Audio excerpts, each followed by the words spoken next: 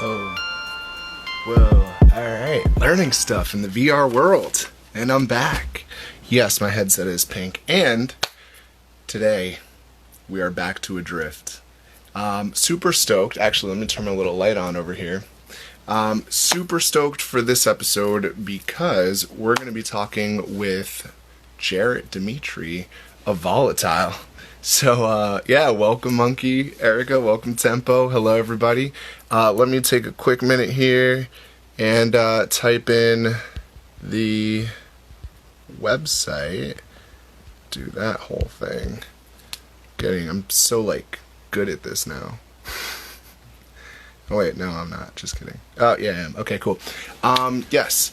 So, Jarrett Demetre should be tuning in just a moment, and that VR headset thing's actually an Easter egg, not for this episode, but just for something that's cooking. So, today we're going to talk about something really, really sexy, and it is called vertical integration. And we'll probably also talk about its stepbrother, horizontal integration. Now, I know it doesn't really seem that sexy or interesting, but for my creative people, for my business people, for my, I don't know, even if you bake cakes and you try selling them, this is for you. This is definitely for you. So we're going to wait a little bit for Jarrett Demetre to tune in just a moment so I can tell you. Actually, I should kind of talk a little bit about Volatile, because Volatile is actually a online publication that I've been working with for about almost a year, actually, now I think about it, because we did New York Fashion Week together the last two seasons just before COVID. And so what it is it's an all-black high fashion magazine, so the content is black centric, but it is also about high fashion, so it's not necessarily just like streetwear. It's looking good, which they probably won't have what I'm wearing on their website or their Instagram, but they'll definitely have some really nice stuff. So I've done some event photography for them. I'm looking into doing a little bit more in the creative space with them, so that's cool. Jarrett Demetre just tuned in, so he's probably going to request to join in just a moment, and we can get started. So just give us another moment here. Patrick Kelly stuff. Hey, Amanda, what's up? What do you mean by Patrick Kelly stuff? I'm not familiar. Actually, the name does sound familiar, but who is that? I'm not sure. Hey, Octavia, how are you? Ooh, I should have gotten my glasses. I don't know. Things are looking a little blurry today. This is a pickle. Jazz, the video editor. What's up, Jazz? How you doing? What's up, everybody? So, Jarrett, when you get yourself settled in, just request to join. It's been a while since I've requested to join. Actually, I think I could request you to join. I've never done that before. Okay, so I can do that. Nice. Yeah. There we go. Hey, what's up, Jarrett? What's going on, Fresco? Hey, man, you need to show off that top right quick, though, because that is live, bro. Hold on. What? Something not to, dress up for the interview. Can't be doing fashion and not somewhat fashionable. I appreciate that, man. I'm always on my, very beachy, just came off the shore theme. So, please excuse my dear Aunt Sally, but you doing it today, brother. You doing it. I feel the LA vibes. I feel the surfer vibes. Just a quick comment, actually. Somebody said Patrick Kelly stuff. And I was like, I'm actually not familiar with Patrick Kelly because I was introducing Volatile as a black high fashion magazine. And she said, famous 1980s African-American designer. I sold 2 of his items in the last month. She actually sells vintage clothing, so that's really cool. I was going to ask her because I know I'm vaguely familiar with Patrick Kelly, but I know just through my historical research and context when it comes to several different black fashion designers who are people who kind of really paved the way. Patrick Kelly definitely kind of comes up in that conversation. So I'm definitely doing my due diligence about him as well as several other people. Stephen Burrows also being one of them as far as being very pivotal. So yeah, the name definitely rings a bell. That's fantastic. And it's crazy too because when we talk about high fashion, we always think about new and upcoming designers and just like you said, that due diligence about reaching out into the crates because my dad's a DJ, so I always like to use that reference. But reaching back in and checking out who's laid the foundation out, and that's another element that Volatile does focus on. So that's amazing. Yeah, definitely being educational, informational, because if you don't know what you've done already, there's no idea how you can know how far you can go or what you need to do next to be innovative. So, Yeah, some of and those. just as a side note, well, okay, let me actually introduce you. These people don't even know. Well, some of them do, but not my people entirely. So let me introduce you before we get into it and we start talking because I want to make sure they can put a name to a face. So, as you know, I like to do these little written intros. So here we go. Let's see if this is a good one. Jarrett Demetre, Executive Director at Volatile Online and Creative Director at Muse Art Gallery. Jarrett Demetre is an internationally published photographer and has set his sights on creating the world's most influential Black high fashion magazine, named Volatile.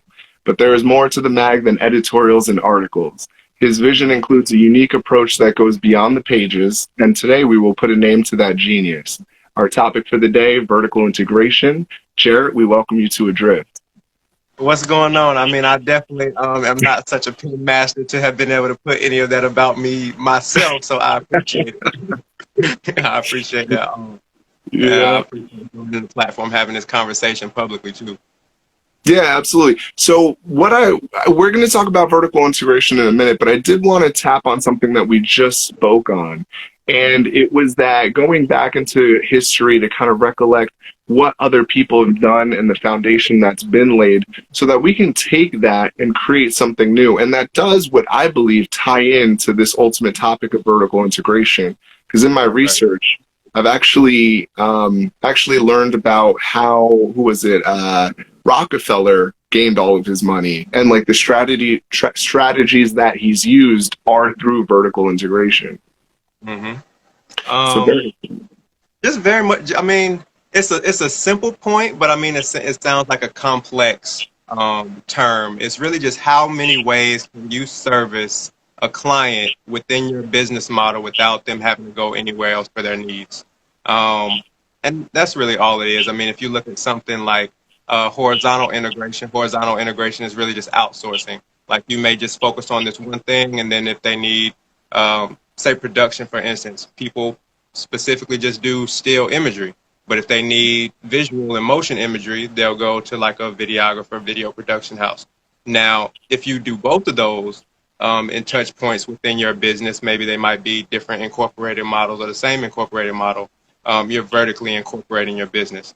So that's the easiest way of doing it. Of course, nobody kind of wants to start losing money on any deal. So the more times you can service a need, the more you can really charge, as well as really control the market at the same time. Because if you know that you can handle everything, you know that you can service everything, you can really kind of beat a lot of other people's prices who may have to outsource or may have to contract and bring other people in to do whatever that particular task or multiple tasks are. right, absolutely.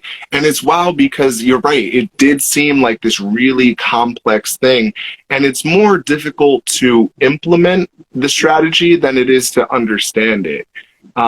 Initially, when I was looking at it, there's actually a lot of different facets to it. So with like with a vertical integration, like you were saying, you want to see how many different ways somebody can service the needs, right? So, Mhm. like you said, video, stills, printing, um, getting the final cut, and actually, if you want to take it a step further, competing against Adobe, having your own software, having your own offices, owning the building that the offices are in. Like it really, you can take it as far as you really want to go. And Yeah, that's you where can. it starts, right? Yeah, yeah. Tell me, yeah. I think overall, I wouldn't get into the Adobe, but I mean, my ambitions in real estate definitely lie into the fact of owning the building that my multiple brand offices will be in, and I'm just you making money and you kind of touching thing, and that goes beyond vertical integration. That's just kind of genius level servicing of yourself and financial independence and alleviation. But yeah, I mean, it's still several of the same things. I mean, everything from supply chain, which I know you posted about, in fashion, doing the same thing, like I said earlier, in media. For instance, say in real estate, you were to do the same thing as far as you're not only going to be the broker, you probably also are going to own the leasing agency or the licensing agency as well, all up under your business module, but they're just different names. So people are between them buying the house, selling the house, financing the house. Sometimes I've seen people are like, well, listen, we can get you a car too because we do such and such. Like, so your entire Mhm. home lifestyle is handled by one subset of people under a business. So it just makes sense. I mean, but I mean, if you don't want to handle all of that, if you kind of just want to be a little bit more alleviated, outsourcing is the best way because it just alleviates you having to do as much work and you can kind of still control the monetary flow because it's your network. Absolutely. And so I just want to offer the floor. If anybody has any questions about their particular business, while we're brainstorming and talking about this, the creative juices are flowing and we would love to respond to some comments. But with that being said, you are also kind of talking about horizontal integration, which again seems kind of complicated, but it really not terribly, not so much. So if we were going to talk about horizontal integration, would you say that that would simply be being the best black high fashion magazine? Would you call that horizontal integration? Um, yes, because I would say it would be something where we don't focus, because uniquely to us that not a lot of other publications do or often do is we'll create the content and advertise the content for you. Mm-hmm. Um, Say, for instance, we only do advertising, but we're asking you to submit or supply or whatever your own content, then that's horizontal integration. We're pretty much saying, hey, you need to go create with some other photographer, some other videographer, this, that, and the third, some other graphic designer, and then send it to us and we'll advertise it for you versus us saying, we'll do it. All you need to do is just kind of send us the stuff and alleviate the rest of it and it'll be handled. Right, right, right. So you were kind of touching on that a little bit before about the cost of it because they both kind of have a pro and a con to them when it comes to cost. And ultimately, depending on how you finesse them, they can both be very profitable.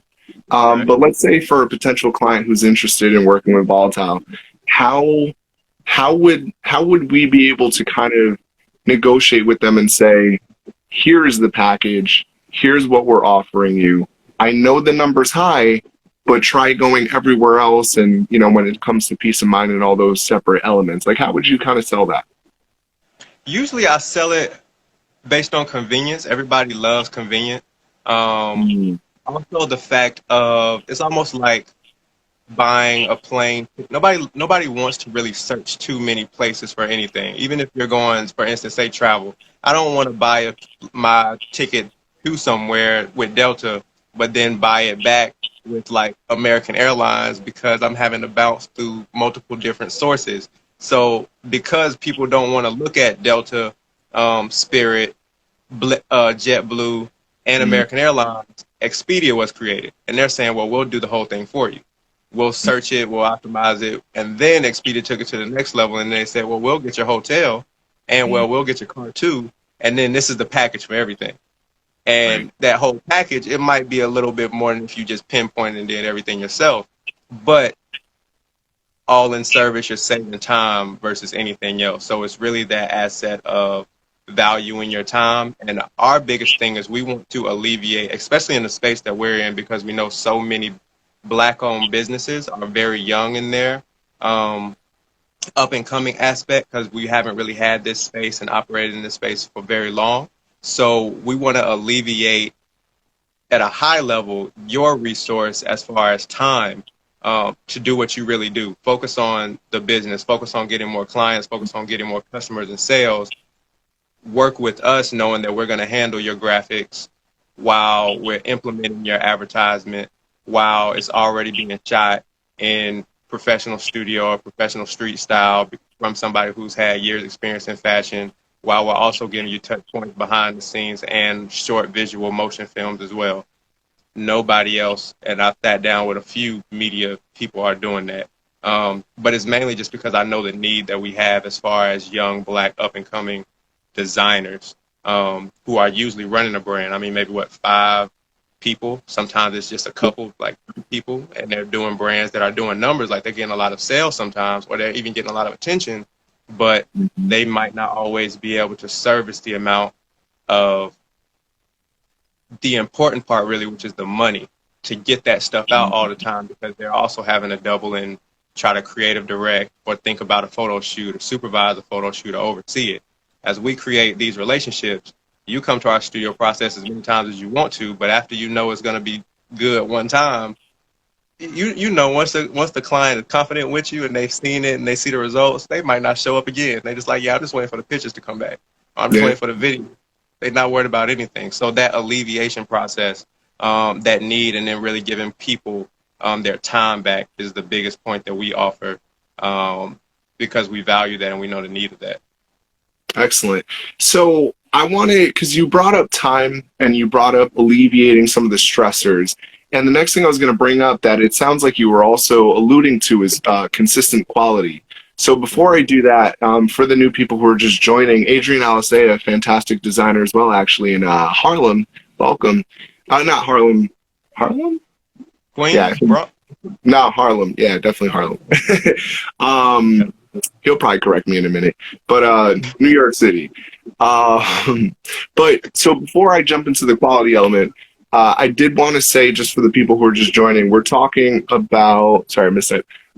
We're talking about vertical integration. And so just as an invitation to anybody who has any questions for their own businesses and for their own branding, I just want to give a brief summary of vertical integration. And essentially that is simply trying to create as many parts of your structure that require trying to put as many pieces to your manufacturing puzzle under one roof.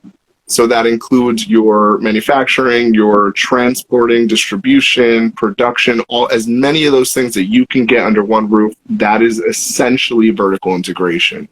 So now that I reminded myself, quality. So do you feel that vertical integration is a way to maintain a certain element of consistent quality with the product? Oh, definitely. Because whenever, I can always speak to the visual aspect, but whenever you are shooting something, it's much easier to know what your edit can be like in post, because you already had that initial vision. And then on top of going from the post-production, you can already know, okay, I can format this in this advertising size or this spread out size. And I know how I can already place it in a web banner or in a Facebook ad or a Google ad, even more so. Like, you already know, because you've seen the whole thing from the creation and the mood board prospect, versus, well, I'm going to shoot it, but then I'm going to send it over to the retoucher or whatever, and they may not have the exact same vision. It's the reason why mood boards are so important, and you always have to send that sample. Or after I get the images back, I got to send it over to graphics. Well, they may not control, like, the business person that you're dealing with may have a whole different graphic guy.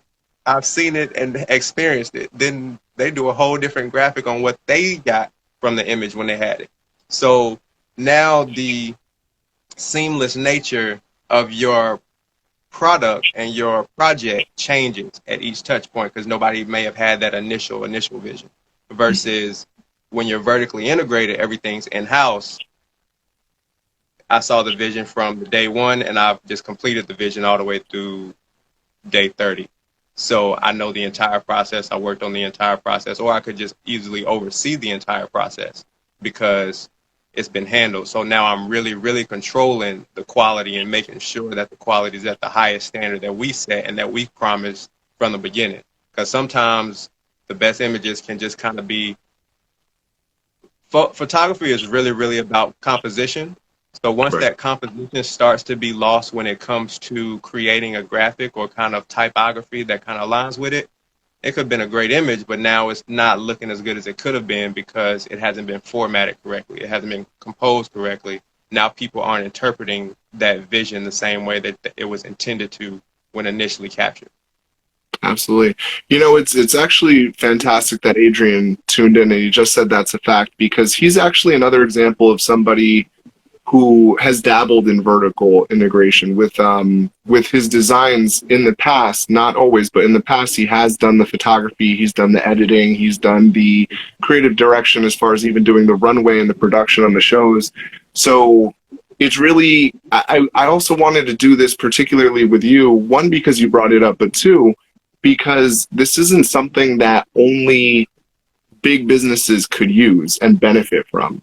You know, when I was doing research, I kept seeing Target and Amazon, and I kept seeing, you know, how, again, how, what's his name? I just said it, the oil tycoon. What's his name? Oh, Rockefeller. Rockefeller, yeah, that guy. You know, that billionaire. Yeah, Rockefeller. You know, and that's the oil manufacturing process. But I think it's fascinating because you can take a lot of these concepts, and even as an artist, whether it's in a big way or a small way, you're a prime example of how, and Adrian as well, you guys are examples of how to do this in a creative space, and why it's important to not just get too lost in the creative process, but also start thinking about ways that you can kind of streamline your own process. Yeah. One other example, if I may, real quick. Go ahead. Yeah. Yeah, I don't do my own large prints. You know, I actually do have a large printer, which I'm trying to fix up on my own, but I don't do my own large prints. I do my smaller prints, though. So if I ever want to send a sample, or if I want to send something like that, I can do it very quickly, and I don't have to wait, or I don't have to go to a store. I don't have to do a whole lot of things. You know, and this is just another example for those people who are listening. This is how you can start integrating these ideas. Again, I was joking before in the beginning about a baker. You know, maybe it's interesting, maybe it would be to your benefit to consider making your own foil molds. So that way you just put the cupcakes in there and just keep it moving. Just as an example. I know it seems a little funny for maybe other people, but for a baker, it could be beneficial. So you were saying something, sorry to interrupt. No, I was saying the main thing that, and what you was probably finding like Amazon and you was finding Target that handles that, is really because vertical integration is such a corporate and business term that what makes it that way is the officiation of your business. So, for instance, you're the photographer, you do your own prints. Now, if you took it a step further and you LLC that you had a printing service, even if you only had 3 clients, now you have 2 different businesses that is really vertically aligned within your overall business. So this is all of a sudden, this is how umbrella companies become a thing sometimes, because, okay, well, I own this company, this company, this company. They do the same thing in a linear fashion, but you put them all up under one source. And like most things, I mean, you know, a lot of stuff when you're in early stages, you have to do because you don't have no money. And you probably don't have knowledge. First thing is really just hustling, and you don't even know it until later on you hit a business level, and then you're like, oh, okay, this is what I've been doing the whole time. Well, if I have all these skills, let me just put a business up under these different skill sets, service a few people here, here, and here, and more so service my bigger clients throughout the entire process. So, say, for instance, I have an image consulting company. So I only really consult a few people a month when it comes to developing their professional image, or kind of I help models build their portfolios, get signed, position them right in the agency market. But I don't do that on a huge scale because I can't handle but so many people.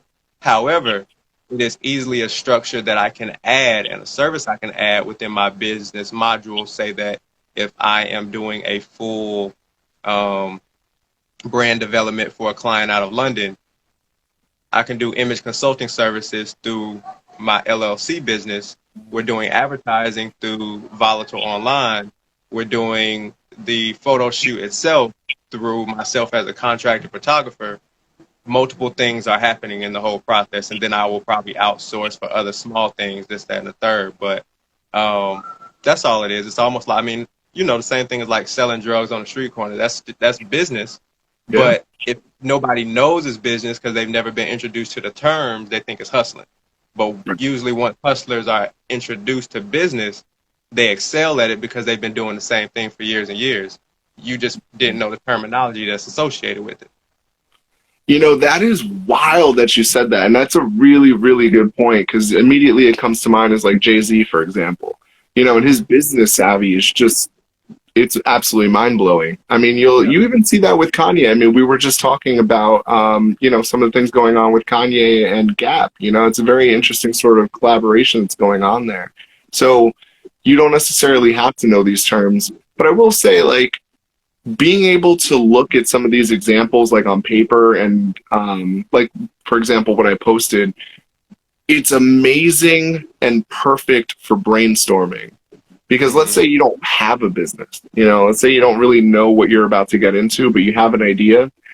Being Right. able to think about it in that very step by step, and that I believe they called it a ladder, ladder thinking, is very helpful, because you don't just you honestly, today, 2020, with COVID, with everything going on, and even before that, for the past 10 years even, you can't just do one thing. You know, Mm-hmm. you simply just cannot get by doing one thing. You know, you Right. have to be sponsored. You have to reach out and get grants. You know, you have to, and mind you, by doing that, now you're also writing letters. Now you're also building a proficiency in writing. So you really can't just do one thing. This, I really feel like vertical integration, and I've actually felt this for a little while now without knowing what the term was, that it is the future of all businesses. That you're not going Yeah. to see the smaller shops as much, because they are going to also need to do multiple things as well. Like you said, the hustle. Yeah. Oddly, it's gonna be a mixture of both, and only because the contracting market is expanding so much Mm. that a lot of contractors are really gonna become that one source and that outlet that other people horizontally integrate to, Mhm. because they may not service that. So, oh well, they don't want to hire as many people. Just budgets are constricting. Brands are going out of business. So things are becoming much more smaller. A lot of brands are cutting staff, doing furloughs, and some of those people may not come back. And if they feel like they can downsize an entire department, and or honestly just give the job to a contractor, or kind of outsource to a contractor who has their own business, is probably going to be the future. But on a more medium and large scale, yeah, it's definitely going to become the wave, because so many people are starting to compete now, and have to compete more in business, because Mhm. so many people are building businesses that, well, if you go to somebody else, I don't want to risk that chance. So now let me just do multiple things within my business and service that whole thing. So actually, I mean, just as much as vertical integration is going to go up, horizontal integration is still going to expand the same. Um, Mhm. because the market is just changing in two factors. People want to service more within house and keep their clients, and contractors are going up, and it's really the future. Like if you're a contractor now, I would definitely say create a small actual business, either S corp, limited liability, LLC, um, and be able to be a contractor for people as quick as possible. Just because hiring is really going to start going down a whole lot, especially now after COVID, because you're talking about businesses and brands that have lost millions and millions of dollars. Um, there was a slight boost as places start to open up, but I don't see that being something very consistent long term. Mhm. As far as so many people going right back into work like nothing happened. Right, right. You know, you brought up two really interesting points: vertical Mm-hmm. integration and horizontal integration, both seeing an uptick. And I feel like when you talk about those two, you don't necessarily think that things exist outside of them. So, for Mm-hmm. example, with horizontal integration, when you said that, it made me realize that in order for a business that is horizontally integrated, it would have to continue to expand outward. So, for example, like, again, I don't know, just because I like the whole bakery thing for some reason. If you're going to be a baker, right, and you're going to have this small business, you're going to want to open another business, and then Mm-hmm. another business, and then another business. And you're going to want to continue spreading that sort of franchise out, and that's how you continue to see your profit grow. And I think a lot of people kind of get lost in this idea of, I am simply going to be this one business under this one place, guided by this one person, and it never really goes anywhere. It doesn't become profitable. It kind of sticks at, basically breaks even. But that's because it's not growing horizontally. You know, a lot of those processes that they see in that business, if they continue to grow, they could use those very same processes that have already been figured out in those other businesses. And even if your income is marginal because you have multiple businesses, you will see more and more profit. Kind of. So horizontal integration is a Talk little about bit more on just the outsourcing of what you're not doing internally. So even if you it. expand your business, for instance, and you're getting a second location, say that your original supplier of, like you said, like Baker Needs, what like the little press, they're no longer able to supply two stores and their needs. So now you need to level up who you outsource with, who supplies those things. So Mm. now you're having to deal with a larger scale supplier. A larger scale supplier is probably going to have different wholesale numbers for you because they're usually dealing with larger clients. So now your business interaction and engagement and demands are changing versus if in some form or facet you just started to do and make those things in-house within your own business. Now you're going from horizontally integrated and having to outsource to vertically integrated, and you're doing it within your own. So now you're making your own like cutlet, like what the baker sheet cutouts. You're making your own presses to do anything like waffles or muffins or this, that, and the third. Your business owns that. So say it's Cupcake, say it's Cupcake Mafia, and then now you got Cupcake Mafia Printing or something like that. And so you own both of them, and now you don't even have to outsource that anymore. So anytime your business expands and you want to open your third, fourth, and fifth location, now some of that money you're just really paying yourself because you're also growing your other business because now you know that you need to make more steel items or cooking items or baker items specifically. And now you're keeping the money in-house and it's kind of circulating within itself. Okay. So just to be clear, you've never ran, owned, or worked at a bakery before. Not at all. Just want to make sure because it seems like you broke that down. I wouldn't be this skinny because my love for like muffins and danishes and this, that, You know, but this is why I bring this up though, is because this is the genius of even the way that you're organizing Volatile Online is that you're thinking about all of these little bits and pieces and how they can be streamlined, how they can become more efficient. And so because you think the way that you do, it allows you to not just worry, like we were talking about before, not just think about the printing or not just think about renting the office, but also buying the office and then buying the building and then potentially even buying the block, you know, who knows? And I love the way that you worded it before because it also leaves space for you to be the person that people are outsourcing to.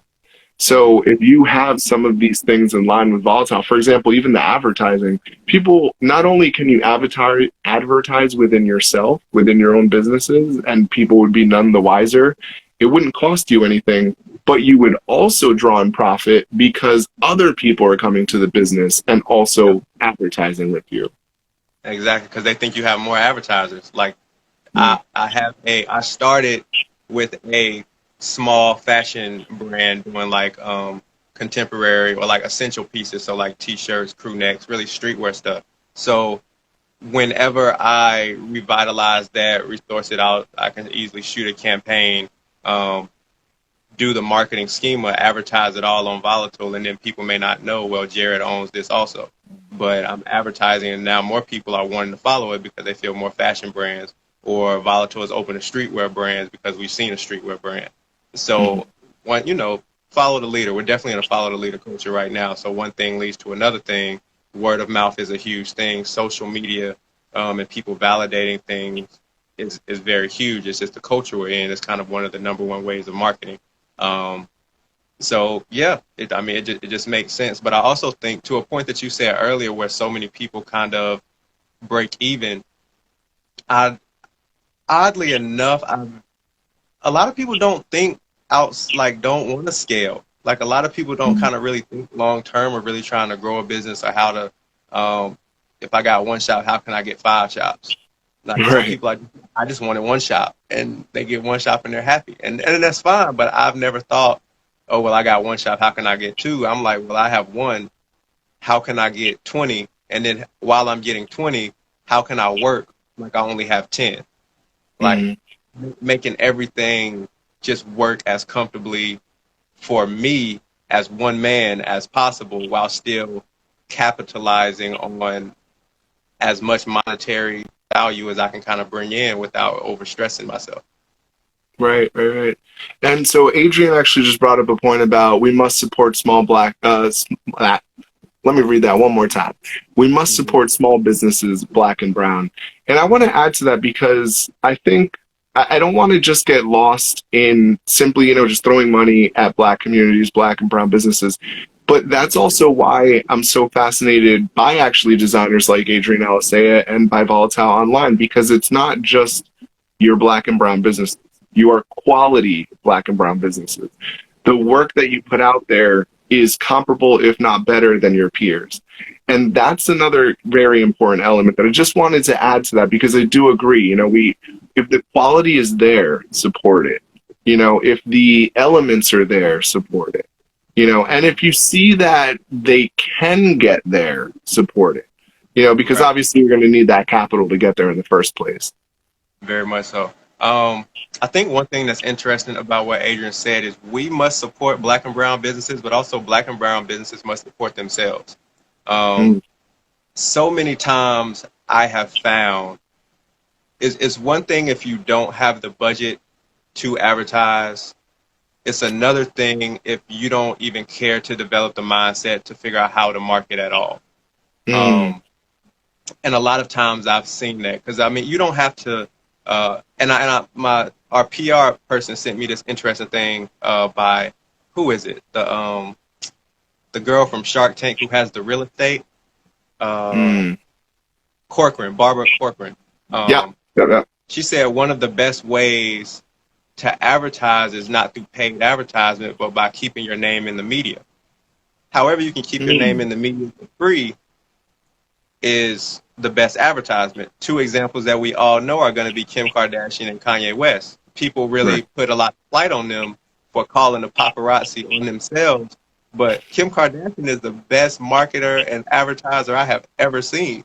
Like, her whole page is nothing but whatever brand she is putting out at the moment, whether it's Skims, whether it's, what is it, KKW Beauty or something like that. Like, that's all it is.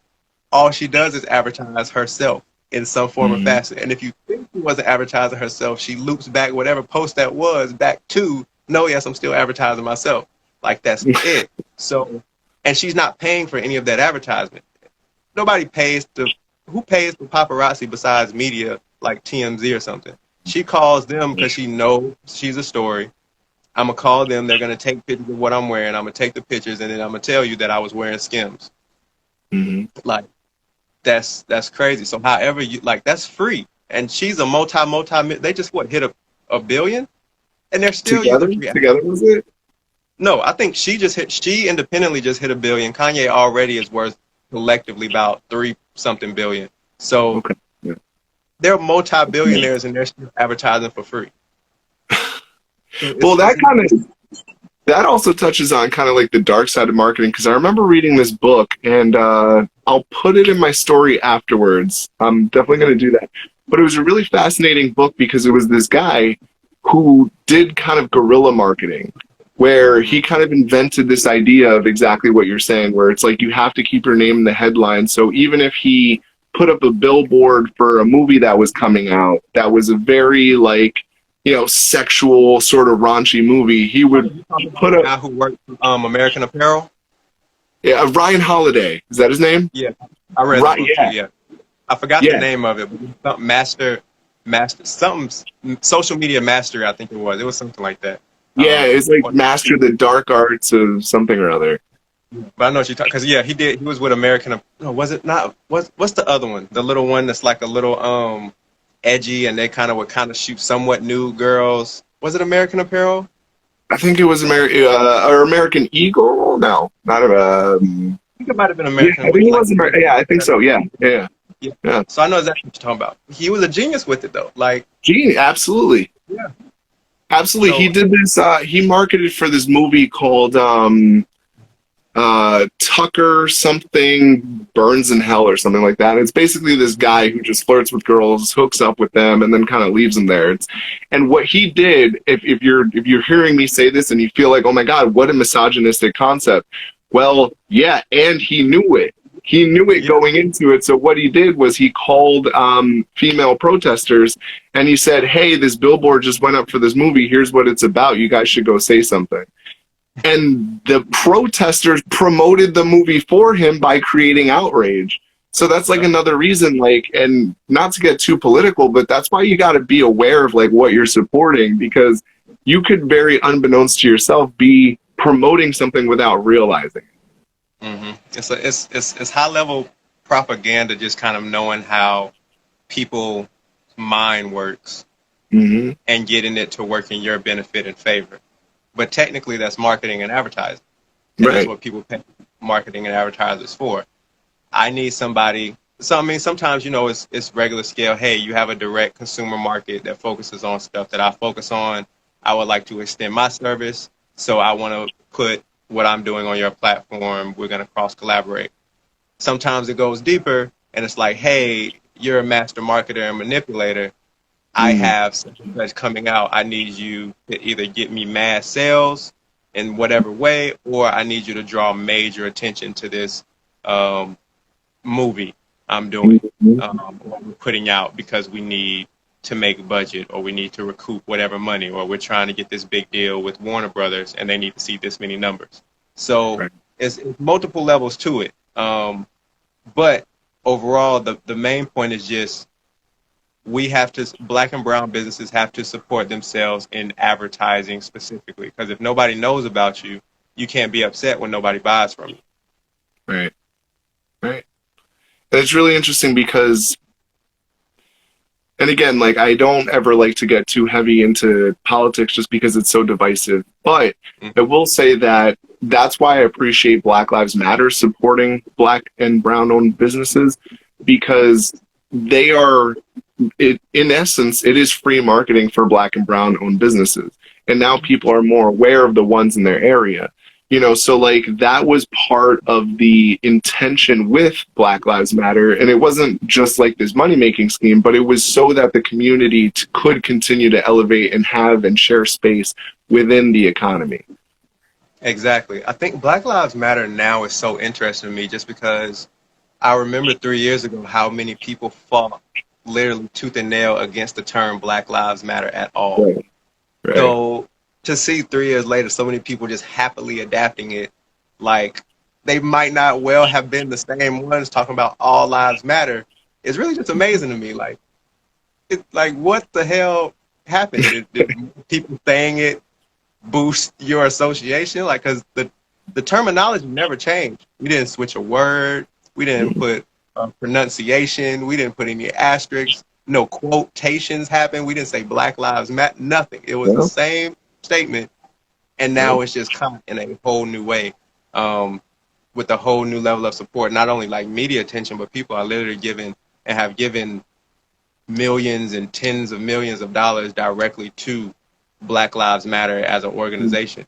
And Well, I love how they took the attention and focused it on the businesses, because yeah. group economics is the key.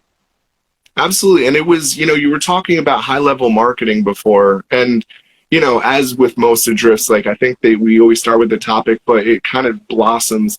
But you had mentioned with high level marketing that there are certain components that if you pay attention to them, you could almost foresee how playing with something over here will cause an effect over here.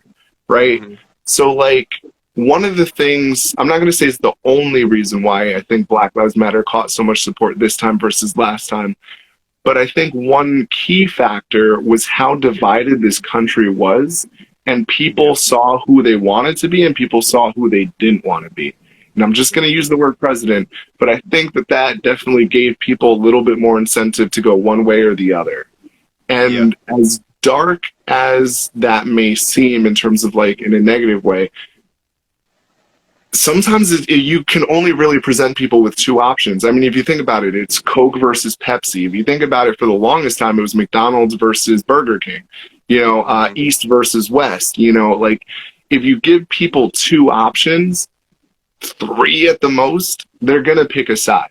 And I feel like I mean, this time we were put in a position where you had to choose. Like it was very defined in very specific ways. no, I think I 100% agree. I mean, you can't give people too many options.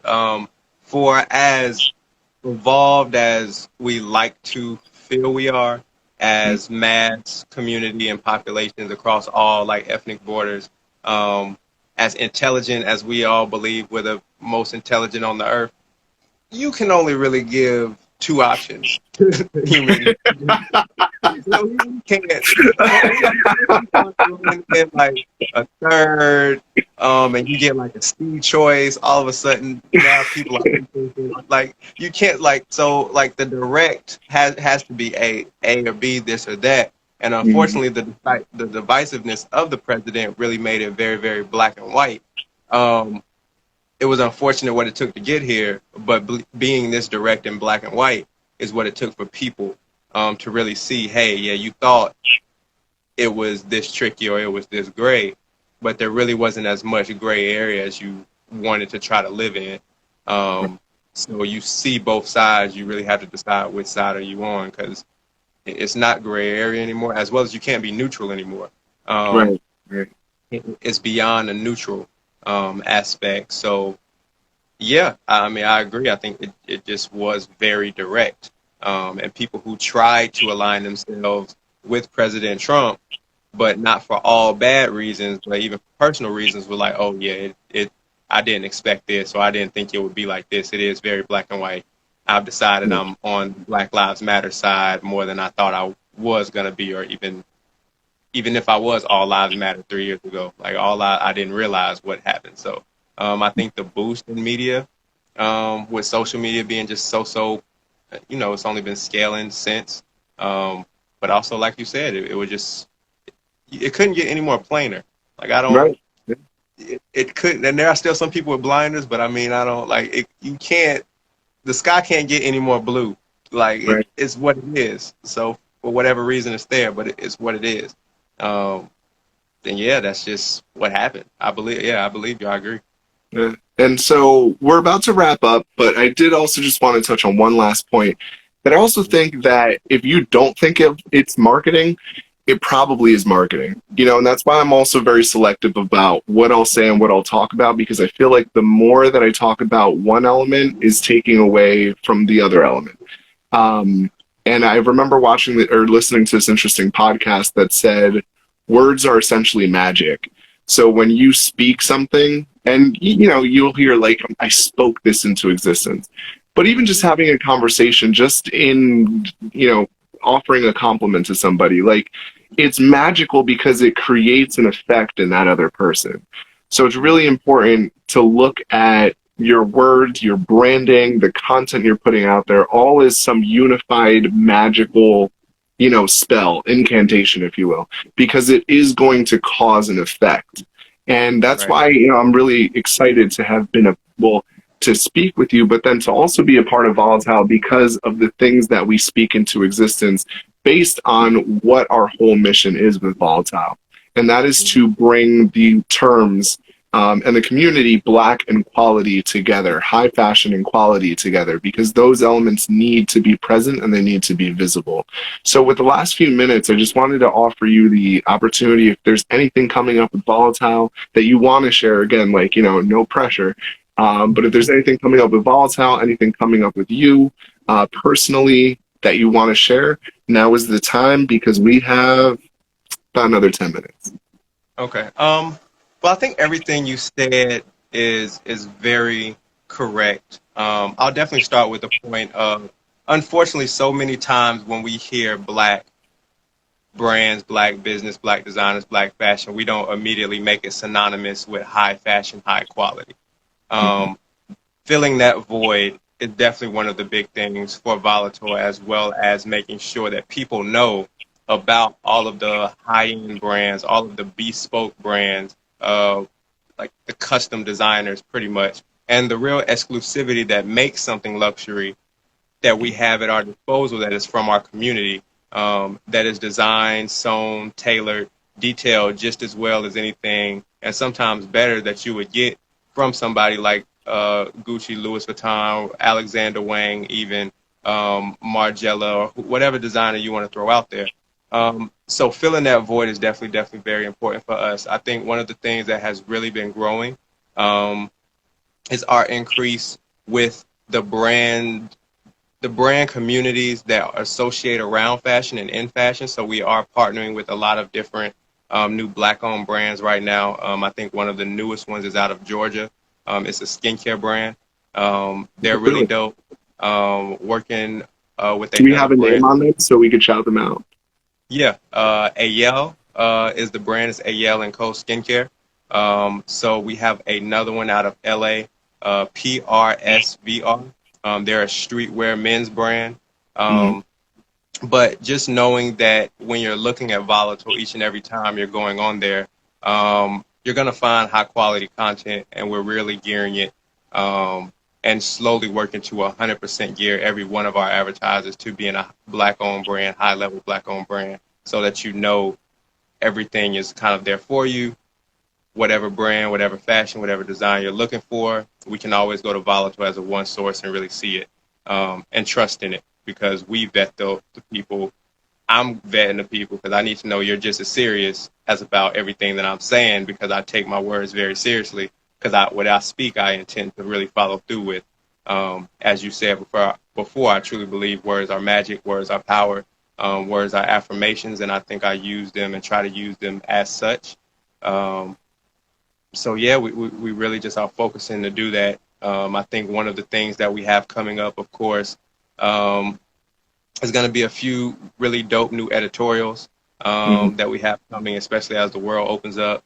Hope to start giving you guys some firsthand behind the scenes visuals, both in still and both in video to those, as well as a couple new profile features that are going to come back in person as some one-on-one talks. Likely next month, ideally, as long as New York doesn't decide to go through an apocalyptic shutdown again. We're all set. So, yeah, those are just a couple things.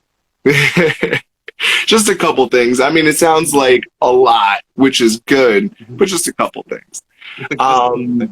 Right. So the brands that you mentioned, I'm just going to ask you to DM them to me, and I'm going to put them on my story so we can make sure we promote them there.